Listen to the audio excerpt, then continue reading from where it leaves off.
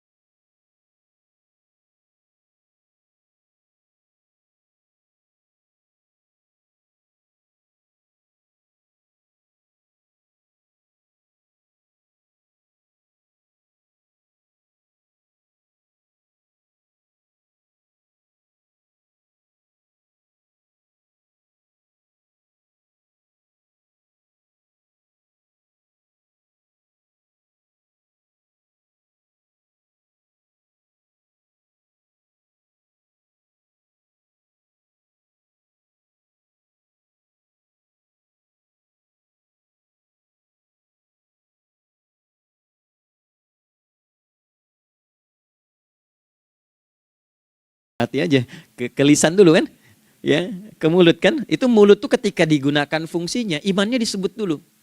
Ya, Quran surah 49 ayat 11 misalnya, ya. Ya ayyuhalladzina amanu, imannya dulu. La yaskhar qaumin qaum. Ayat 12-nya la yaghtab ba'dukum ba'dha. Hai orang-orang yang telah menyatakan beriman. Kalau pakai alladzina disebutkan 1080 kali dalam Al-Qur'an, itu kalimatnya diksinya singkat, padat, mencakup semua tanpa sekat. Oke, jadi kalau laki-laki, perempuan, tua, muda, besar, kecil, beda strata, duniawi, itu semua tercakup di dalamnya.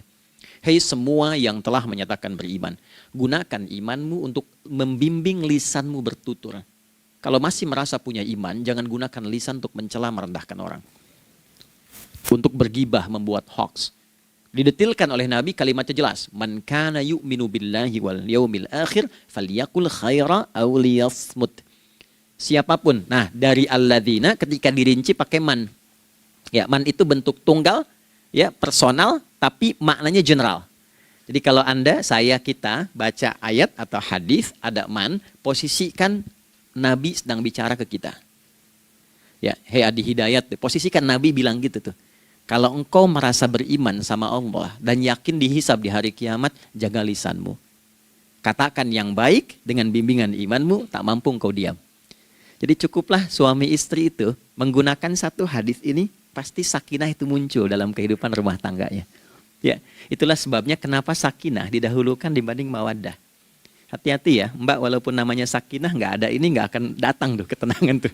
Ya, ada yang tahu nggak rahasianya? Kenapa sakinah duluan dibanding mawaddah? Ya, 5 juta. Ya, waktu habis karena padat sekali.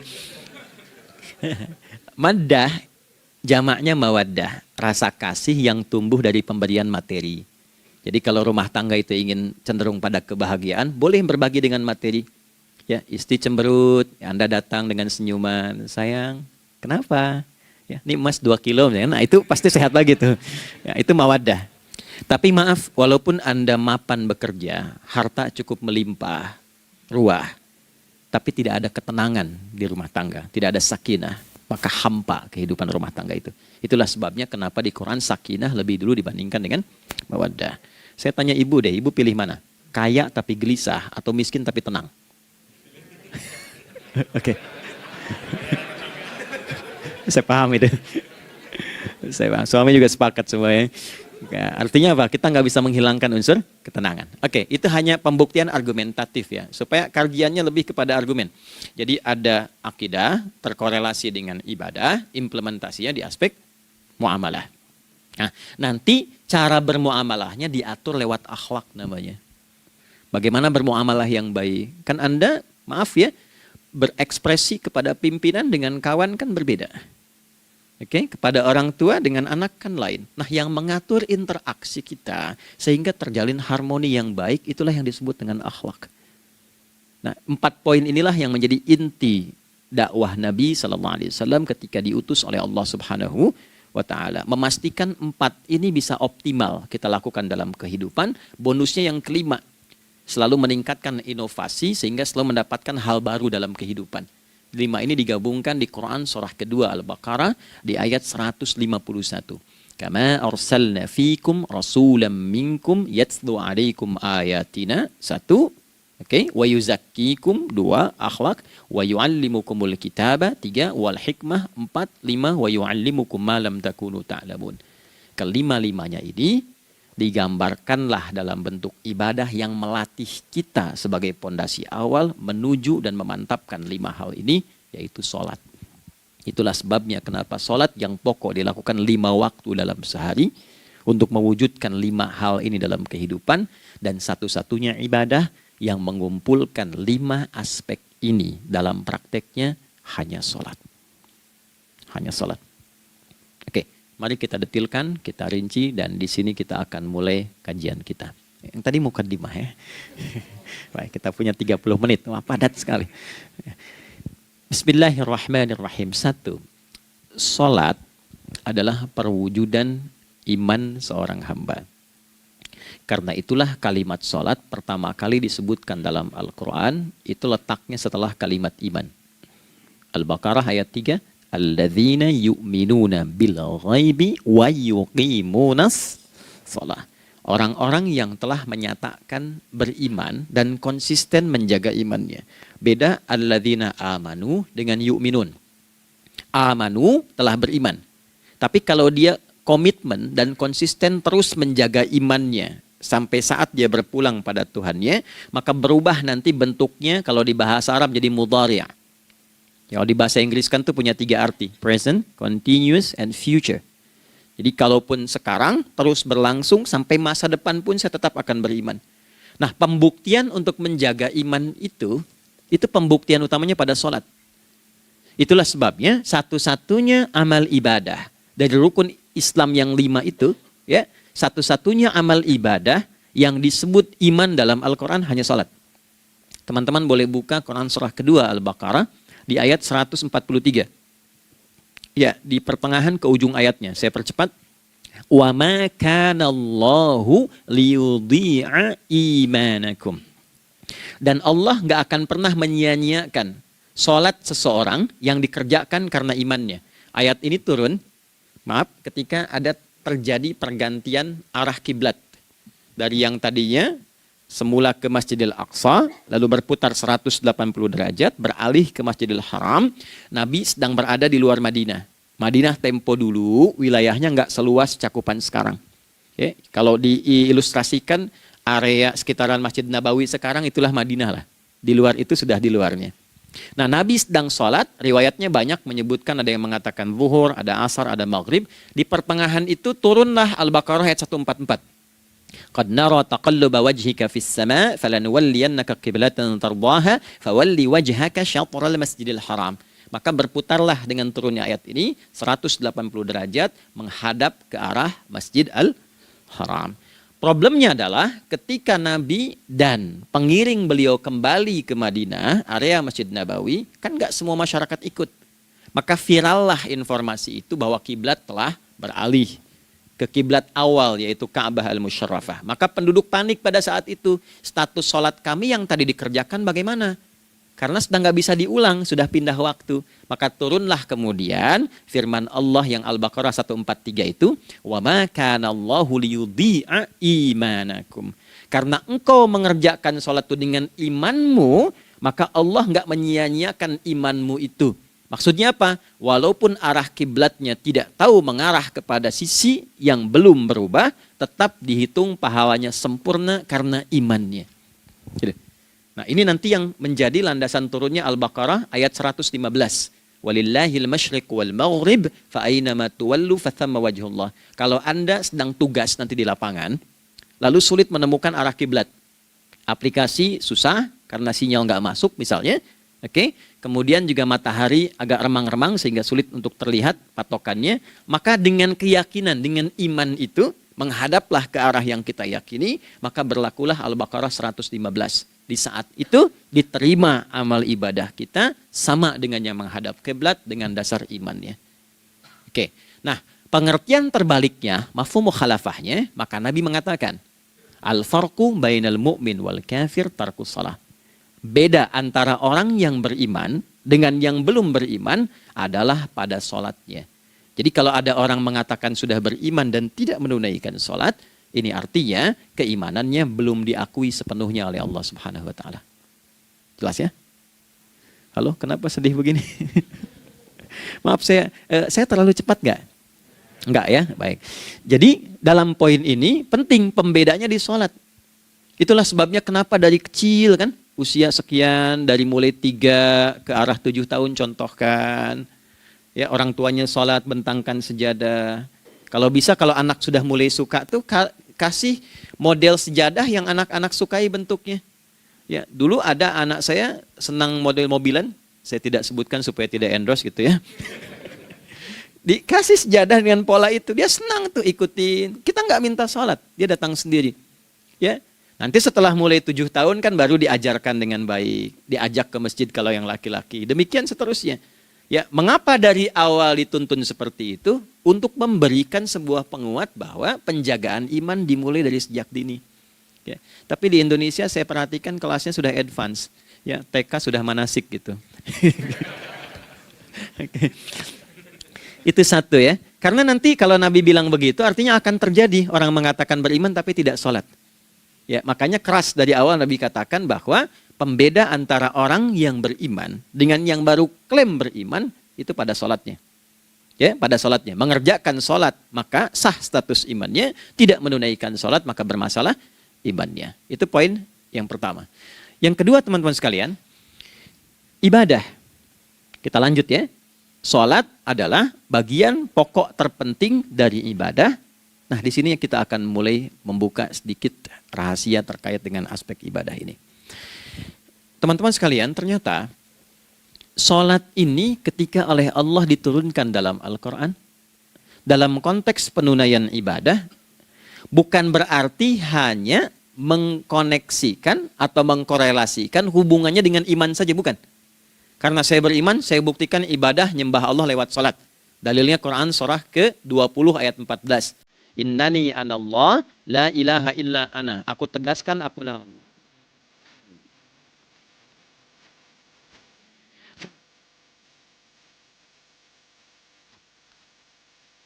Bah. Wa aqimis salata. Tunaikan salat sebagai zikir kepada aku.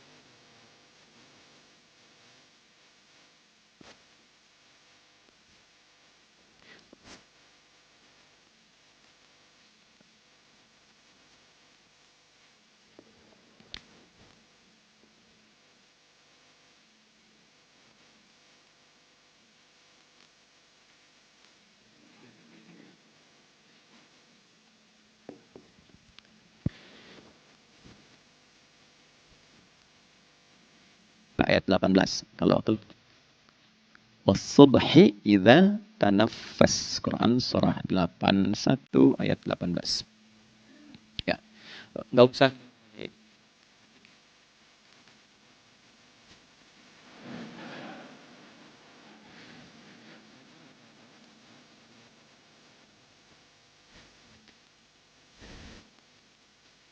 Aqimis salata liduluki syamsi ila ghasaqil laili wa qur'anal Fajr. Inna Qur'an al-fajri kana mashhuda. Yuk kita mulai ke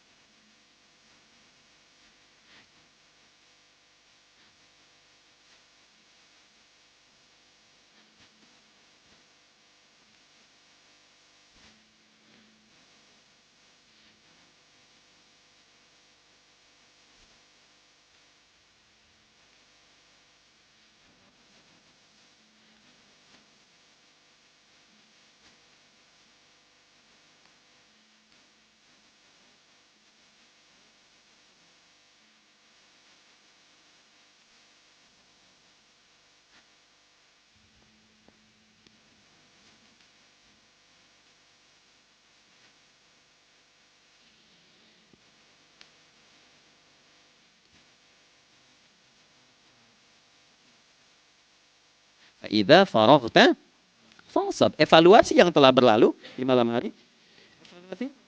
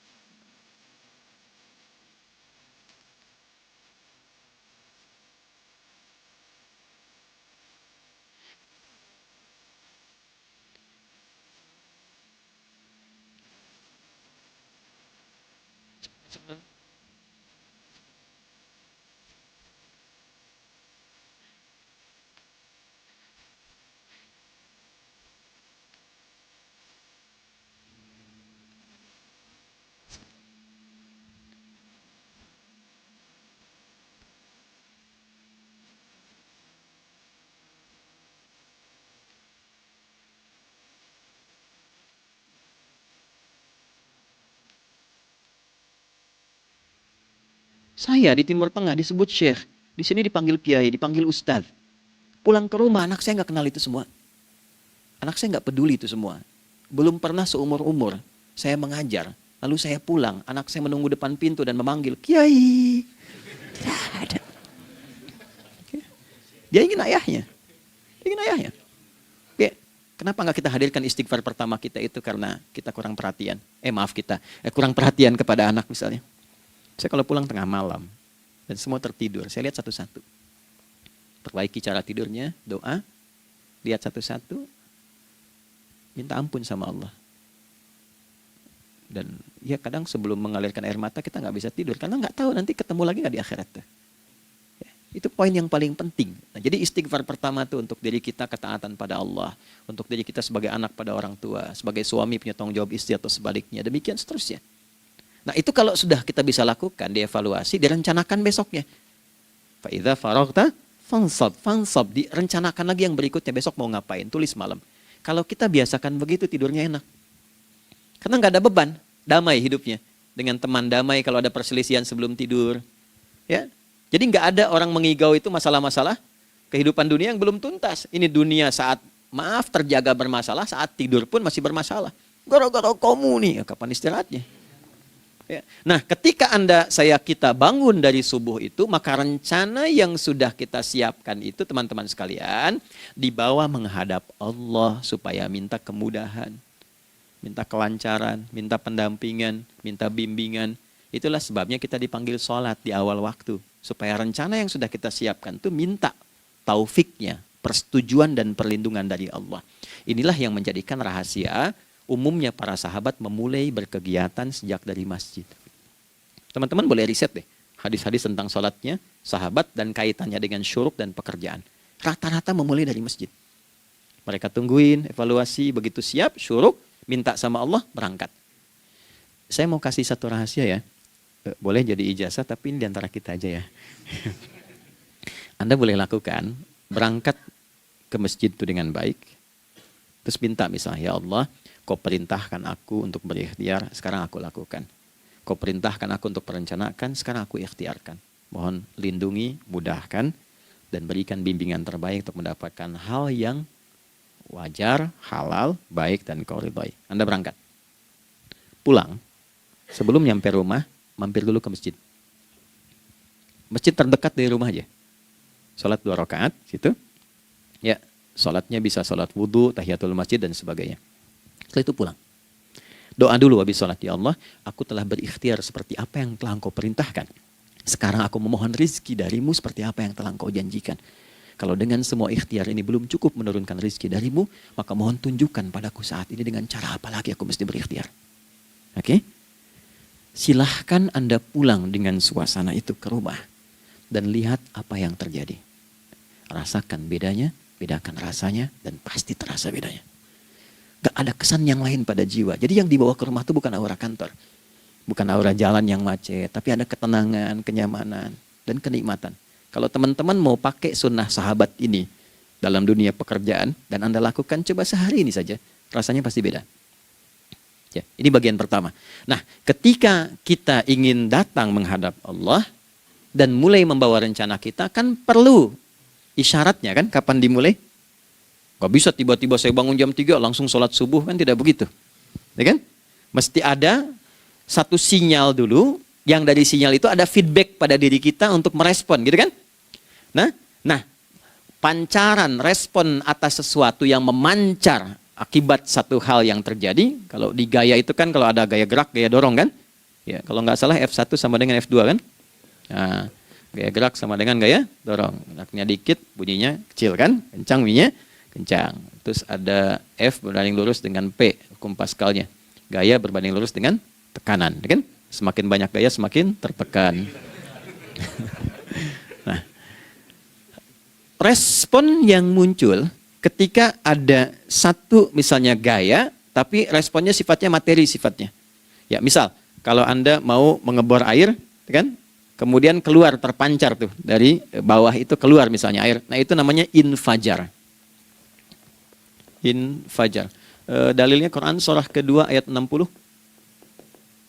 Wa idzistasqa Musa liqaumihi faqulna idrib bi'asakal hajar fanfajarat min husnata asyrata aina. Nabi Musa, kata Allah itu kaummu 12 suku minta mata air. Dan nggak tanggung, setiap sukunya minta satu, katanya supaya nggak rebutan. Maka Allah firmankan, pukulkan tongkatmu yang kayu. Lihat diksinya detil sekali. Pukulkan tongkatmu yang kayu ke batu itu, maka batu itu akan terbelah dan mengeluarkan pancaran 12 mata air. Ya, tongkat kayu dipukulkan ke batu, batunya yang hancur. Karena Musa seorang nabi, gitu kan? Anda punya tongkat emas, pukulkan ke batu, maka keluar 12 air mata. Gitu kan? Nah ini, infajar. Kalau respon yang keluar itu respon buruk. Misal dalam nafsu, kan suka ada trigger ya yang memancing respon, terus nafsu keluar kan? Ya, apa saja itu? Lihat gambar yang nggak bagus, nafsu keluar, itu kan? Lihat sendal bagus, nafsu keluar, macam-macam ya. Nah itu fujur namanya. Fujur.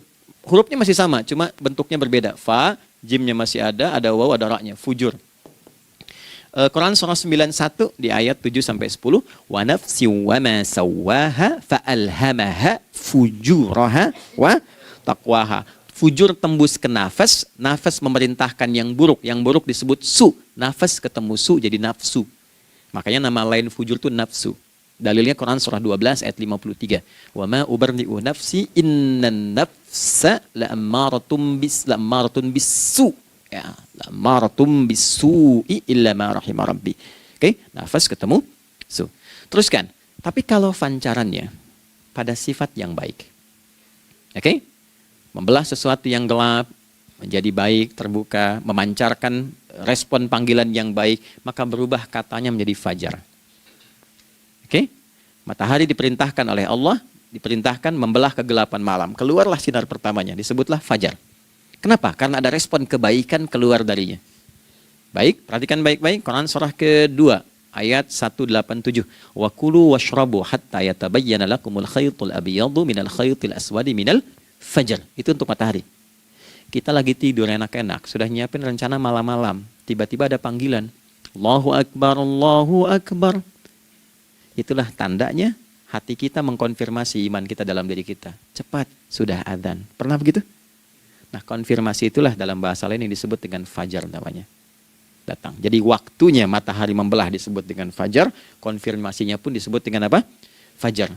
Ya, jadi bersamaan waktunya dengan dua hal itu. Datanglah panggilan. Itu yang dimaksud Quran, hubungan iman dengan konfirmasinya sampai ke sholatnya ada di Quran surah 8 ayat 2. Innamal mu'minuna iman.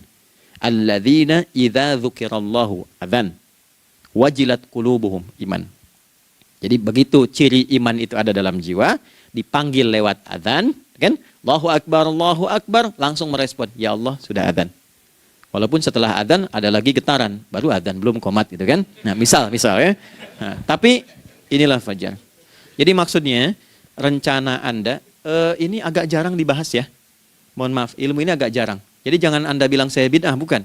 Ya, bukunya ada, referensinya ada. Cuman karena jarang dikaji, jangan sampai kekurangan pengetahuan menghukumi yang tahu jadi salah gitu. Ini poinnya. Jadi saya kalau bahas satu masalah itu bukunya saya kumpulkan. Tafsir awal sampai akhir yang ada apa, buku-buku tentang sholat apa, baru kita keluarkan. Jadi bagian topik-topik tertentu yang dibahas.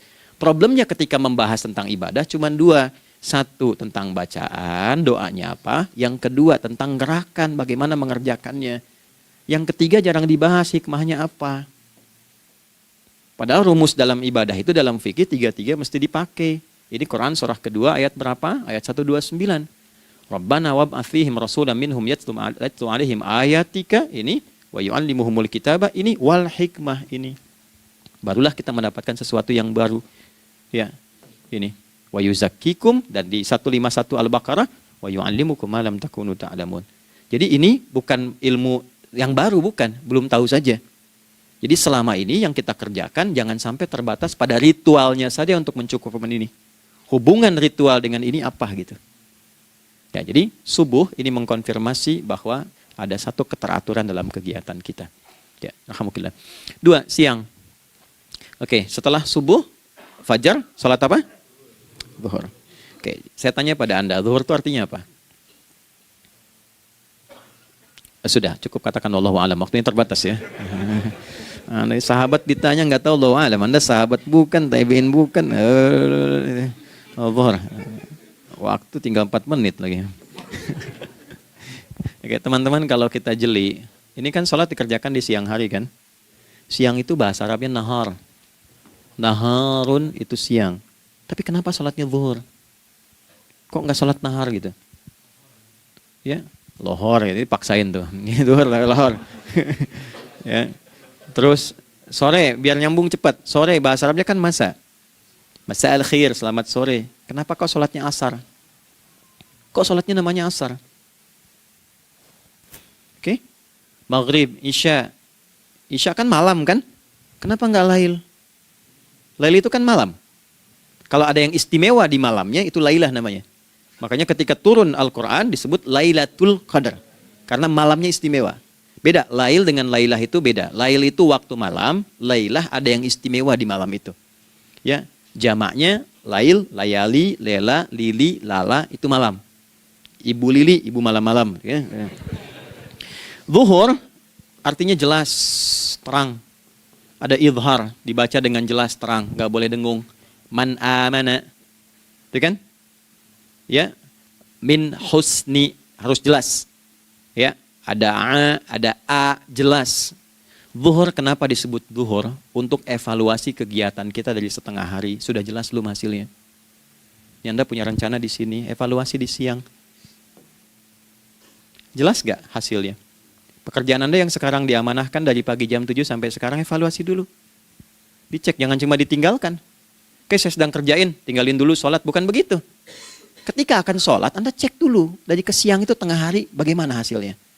Ada yang perlu disempurnakan nggak? Ya, ketika ide-idenya mulai mentok, ada yang belum selesai, datang dulu sholat, tenang lagi. Saat tenang itulah dirumuskan kembali pelan-pelan. Kan lumayan dari jam 12 sampai jam 1. Diisi dengan baik, dilihat. Itu baru dunia ini. Kan kita ngejar ini juga. Karena nanti ayat 200-nya, ada yang cuma ngejar ini. Wa minan nasi may yaqulu rabbana atina fid dunya. Bukan, kalau nggak hafal diam aja. Wa minan nasi may yaqulu rabbana atina fid dunya wa ma lahu fil akhirati min khalaq.